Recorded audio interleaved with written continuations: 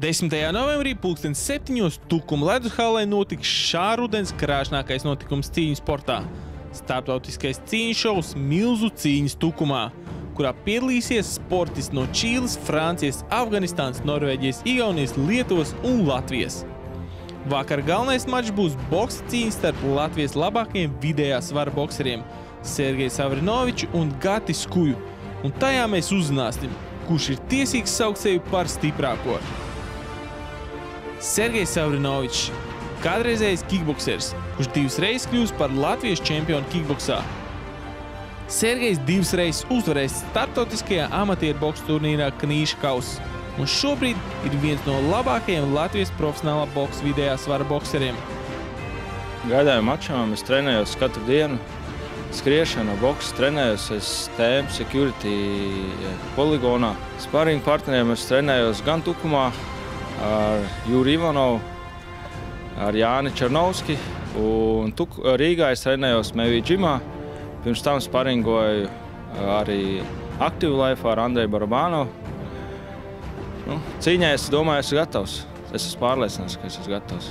Es, protams, mēģināšu uzvarēt. Tas jau nav svarīgi, vai nav nokaut vai punktiem, galvenais uzvarēt. Mans treneris ir mans arī krustāvs Andrejs Dolgovs.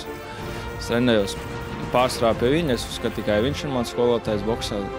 Sportists ilgu laiku cīnies ar mikrosavainojumiem, un tagad pēc ilgākas pauzes gatavs atgriezties ierindā.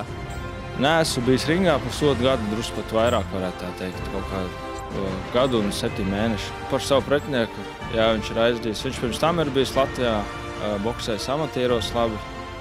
Anglijā, cik es zinu, arī labi startējis. Cerams, ka būs labā formā. Gatavojamies jau mēs abi cīņām.